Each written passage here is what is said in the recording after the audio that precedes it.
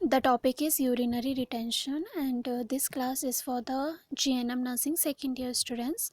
Already we have discussed about this topic in the class, so this is a revision class and we will focus on the main points of this topic. So what is the definition? Urinary retention होता क्या है? It is the acute or the chronic inability to voluntarily empty the bladder. So आपका जो external sphincter होता है that is responsible for the voluntary control. This is under our voluntary control. तो external sphincter जो होता है skeletal muscles का बना होता है और जिसको रिलैक्सेशन करने पे जो ब्लैडर है दैट विल बी एम्प्टी.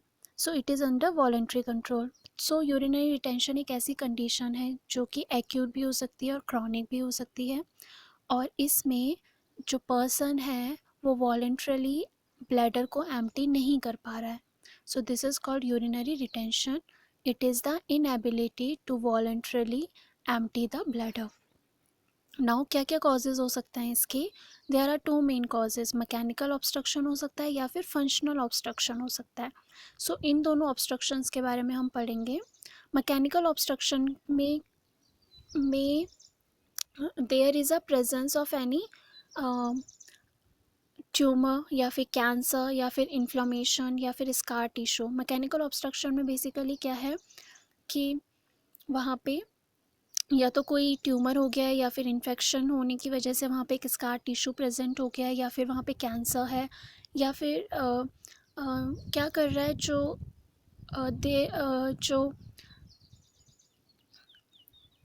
आपका यूरेथ्रा है, यूरेथ्रा से जो यूरिन पास होता है, तो दैट इज़ ये जो कैंसर ट्यूमर इन्फेक्शन है ये क्या कर रहा है, एक प्रेशर जनरेट कर रहा है जिसकी वजह से जो यूरेथ्रा से यूरिन पास आउट नहीं हो पा रहा है.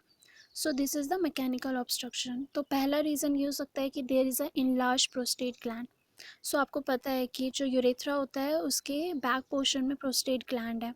अगर वहाँ पे प्रोस्टेट ग्लैंड बड़ा हो गया तो दैट विल कंप्रेस करेगा किसको? यूरेथ्रा को.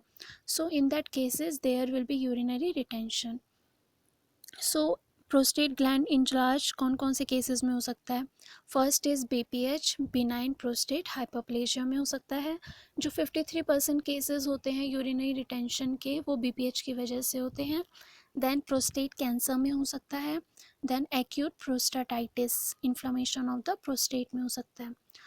First reason is prostate gland बड़ा हो गया जिसकी वजह से यूरेथ्रा जो है वो कंप्रेस हो रहा है. सेकंड है कि यूरेथ्रल नैरोइंग, यूरेथ्रा जो है वो नैरो हो रहा है. तो यूरेथ्रा नैरो कब कब हो सकता है? या तो वो स्ट्रक्चर प्रेजेंट हो वहाँ पे, या फिर कैंसर हो गया हो, या फिर जो यूरेथ्रल मेटस होता है जो ओपनिंग होती है that is stenosed. So in that cases में there is a mechanical obstruction. Third is bladder neck obstruction. जो ब्लैडर का नेक होता है वहाँ पे ऑब्स्ट्रक्शन है because of the calculi. So this may also prevent the empty the bladder. Then phimosis and the paraphimosis. Phimosis एक ऐसी condition होती है जिसमें कि जो फोर स्किन होती है वो बहुत ही ज़्यादा टाइटली स्ट्रेच्ड है around the head of the penis, और फिर it can't be pulled back freely, right. तो फिमोसिस में जो फोर स्किन होती है वो पुल बैक नहीं हो पाती है जिसकी वजह से ग्लैंस पेनिस भी विजिबल नहीं हो पाता है. बट पैराफिमोसिस में क्या है कि जो टाइट फोर स्किन है आप उसको पुल तो कर सकते हो behind the head of penis, but फिर वो नॉर्मली वहीं पे ही नॉर्मल वापस नहीं आ पाती है, वहीं पे ही स्टक हो जाता है. So in that cases also there is the urinary retention. Then या तो यूरेथ्रा का ट्रॉमा है या फिर ब्लैडर का ट्रॉमा. तो any injury to the bladder, any injury to the urethra will cause the urinary retention. So इस अभी हमने ये पढ़ा कि जो यूरिनरी रिटेंशन है उसका जो रीज़न है वो क्या है? मैकेनिकल ऑब्स्ट्रक्शन है. मैकेनिकल ऑब्स्ट्रक्शन किसी भी कारण से हो सकता है, जैसे कि किसी ट्यूमर की वजह से, कैंसर की वजह से, ट्रॉमा की वजह से, स्ट्रक्चर की वजह से. तो इन सब केसेस में क्या होगा? There will be narrowing of the urethra. ठीक है. तो basically it is compressing the urethra और जिसकी वजह से यूरिनरी रिटेंशन हो रहा है. सो इसमें ये हो सकता है कि प्रोस्टेट ग्लैंड बड़ा हो गया है, या फिर यूरेथ्रा नैरो हो गया है, या फिर जो ब्लैडर नेक है वो ऑब्स्ट्रक्टेड हो गई है, या फिर पेशेंट को प्रॉब्लम है फिमोसिस की, पैराफिमोसिस की। नाउ सेकंड जो कॉज है वो है फंक्शनल ऑब्स्ट्रक्शन, मतलब कोई कार्सिनोमा, ट्यूमर वगैरह, स्ट्रक्चर वगैरह कुछ नहीं है, बट जो प्रॉब्लम है वो किसकी है, प्रॉब्लम है नर्वस सिस्टम से रिलेटेड। जो नर्वस सिस्टम है उसमें प्रॉब्लम है।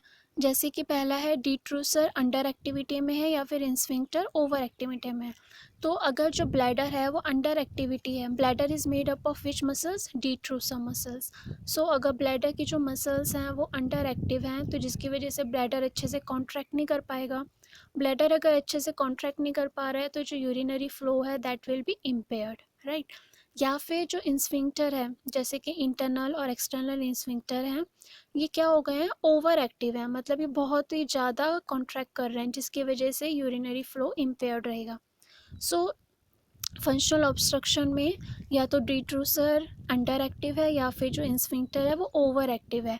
और ये किन किन केसेस में हो सकता है, ये तब हो सकता है जब आपके स्पाइनल कॉर्ड में ट्रॉमा हो, इंजरी हो, स्ट्रोक हो पेशेंट को, या फिर पैल्विक का फ्रैक्चर हो, सर्जरी हो रखी हो, या फिर पैल्विस में रेडिएशन हो।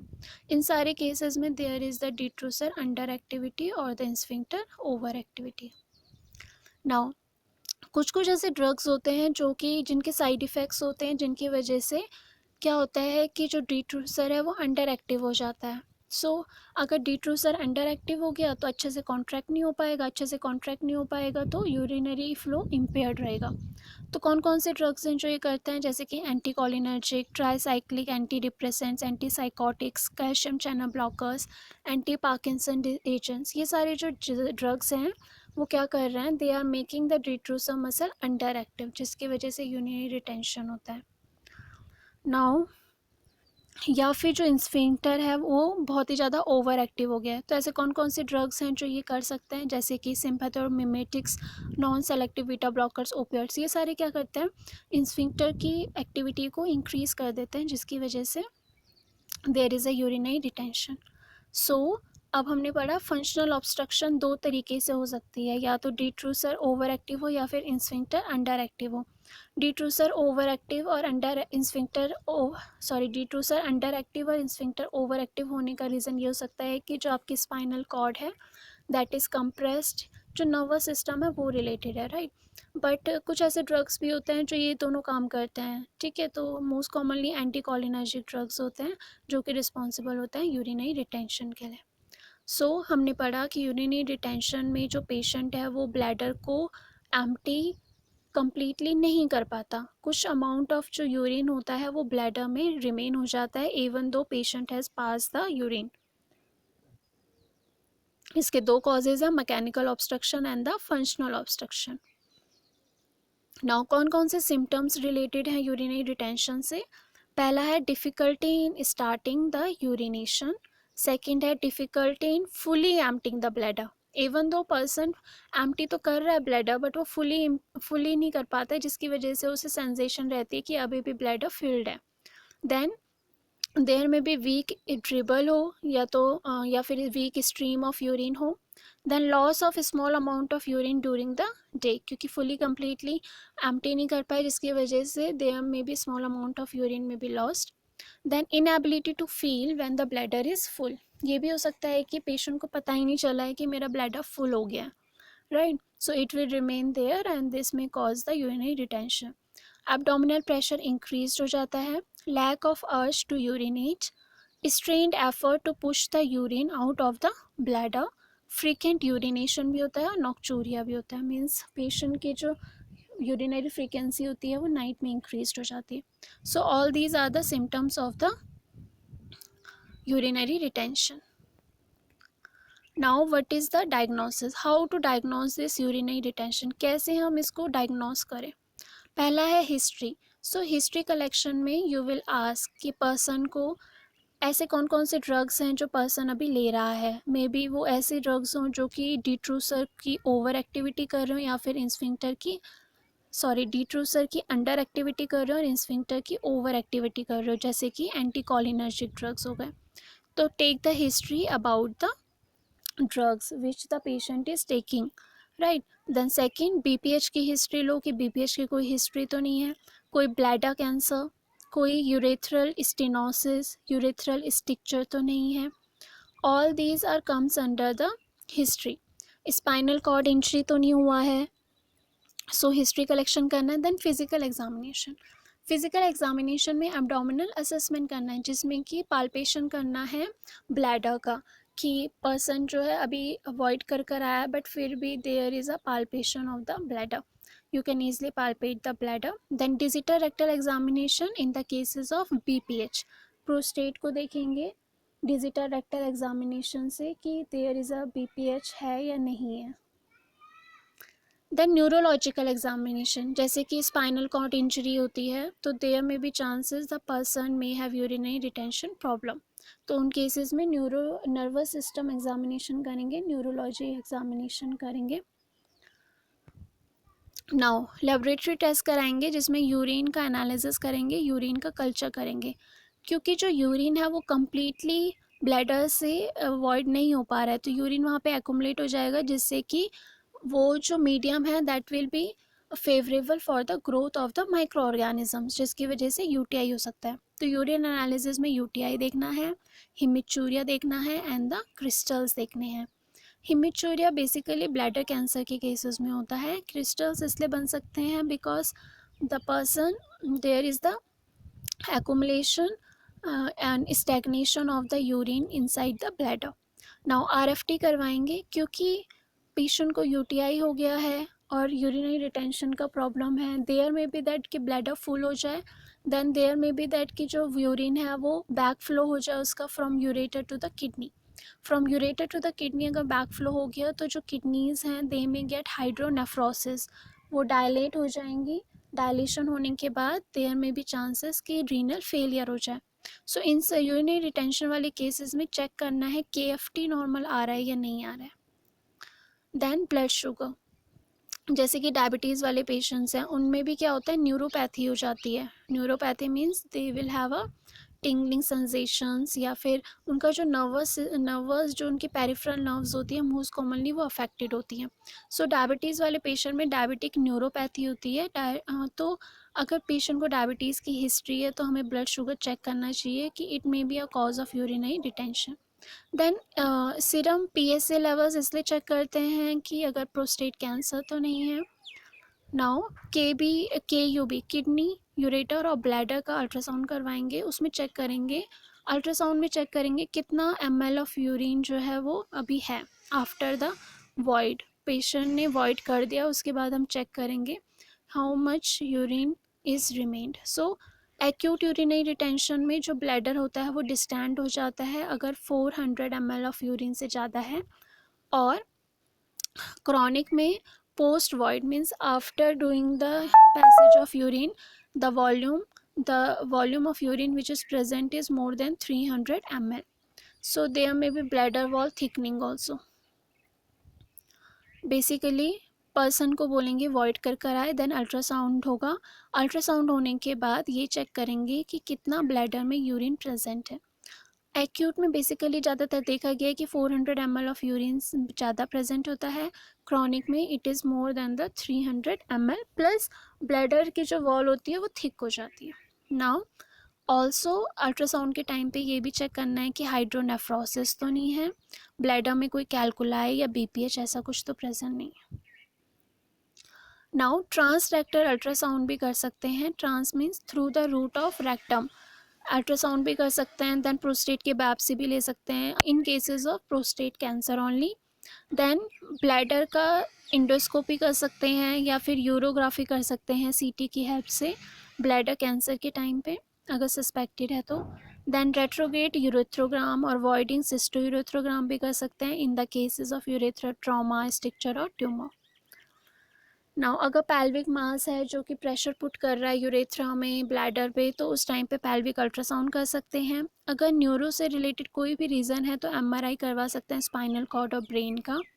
यूरोफ्लोमेट्री करेंगे जिसमें ये देखेंगे कि स्ट्रीम ऑफ जो यूरिन है वो वीक है या नहीं है, स्ट्रॉन्ग है, नॉर्मल है, जो फ्लो रेट है यूरिन का वो कितना है, देयर इज़ अ प्रेशर जो मेंटेन होता है ड्यूरिंग द यूरिनरी फ्लो वो नॉर्मल है या नहीं है, तो यूरोफ्लोमेट्री करते हैं.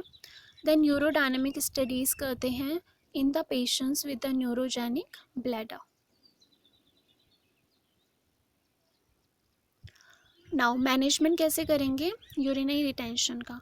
सो अभी तक हमने पढ़ा बेसिकली कि यूरिनरी रिटेंशन क्या होता है, उसके क्या क्या कॉजेज़ होते हैं, सिम्टम्स क्या क्या रिलेटेड हैं यूरिनरी रिटेंशन से, and how to diagnose the urinary retention. Now the management कैसे करते हैं. क्योंकि यूरिनरी रिटेंशन है तो इस केस में डायरेक्टली हमें क्या करना है, कैथेटराइजेशन करना है, फॉलीज कैथेटराइजेशन करना है, राइट. बट फॉलीज कैस्ट्राइजेशन भी दो तरीके का होगा, या तो थ्रू द यूरेथ्रा होगा या फिर अबव द पेल्विक रीजन होगा, राइट. तो ट्रांस यूरेथ्रा फॉलीज कैस्ट्राइजेशन कर सकते हैं. बट अगर हम ट्रांस यूरेथ्रल नहीं कर सकते हैं, जैसे कि प्रोस्टेट बड़ा है या फिर यूरेथ्रा में स्टिक्चर है, यूरेथ्रा नैरोइंग है, तो फॉलीज कैथेटर इंसर्ट ही नहीं हो पाएगा थ्रू द यूरेथ्रा. या फिर यूरेथ्रा में ट्रॉमा हो गया है, या फिर यूरेथ्रा की सर्जरी हुई है, या फिर जो प्रोस्टेट है उसका इन्फेक्शन है, इन सारे केसेस में आप यूरेथ्रा से फॉलीज कैथेटराइजेशन नहीं कर सकते.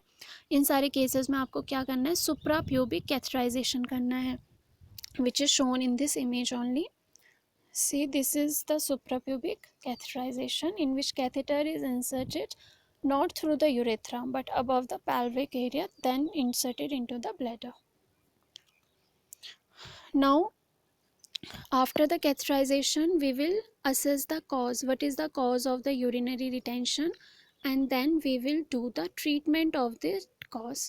For example, अगर पर्सन जो है ऐसे ड्रग्स ले रहा था जिससे कि यूरिनरी रिटेंशन था, so we will discontinue those drugs और सब्स्टिट्यूट कर देंगे उन ड्रग को किसी और ड्रग से जिससे कि यूरिनरी रिटेंशन का प्रॉब्लम ना हो. देन बीपीएच वाले पेशेंट्स में सर्जरी की जाती है, trans urethral resection of prostate. Alpha blockers भी दे सकते हैं जैसे कि टैमसुलोसिन. प्रोस्टाइटिस में एंटीबायोटिक्स दी जाती हैं जैसे कि फ्लोरोक्यूनिलॉन्स या ट्राइमेथोप्रिन सल्फामेथोक्साल. देन प्रोस्टेट कैंसर का ट्रीटमेंट. और अगर न्यूरोजेनिक ब्लैडर है तो उसमें कैथेटराइजेशन किया जाता है. कैथेटराइजेशन भी इंटरमिटेंट हो सकता है या फिर इनड्वेलिंग हो सकता है. और ड्रग्स दिए जाते हैं सिम्पैथोमेमेटिक ड्रग्स जैसे कि बिथैनाकॉल. सो बेसिकली कैथेटराइजेशन भी इंटरमिटेंट हो सकता है कि फॉर एग्जांपल पेशेंट को भी फील हुआ, सेंसेशन हुआ कि bladder is full, so in that cases में पर्सन जो होगा वो सेल्फ कैथेटराइज करेगा अपने आप को. Then the whole of the urine will be flow out from this catheter, and then the catheter will be removed. So again after 5 to 6 hours the person will feel the sensation of going into the washroom. So in that case also the person again reinsert this Foley's catheter and then drain it. Now what can be the complications. क्या क्या complications हो सकते हैं urinary retention के. पहला है urinary tract infection. Because जो urinary retention में there is the stagnation of urine in the bladder, because through the urethra there is a obstruction, whether it is a functional or the mechanical, urine can't be passed out, so there will be stagnation of urine in the bladder. This will lead to the UTI. There may be urolithiasis, means there may be formation of the stones.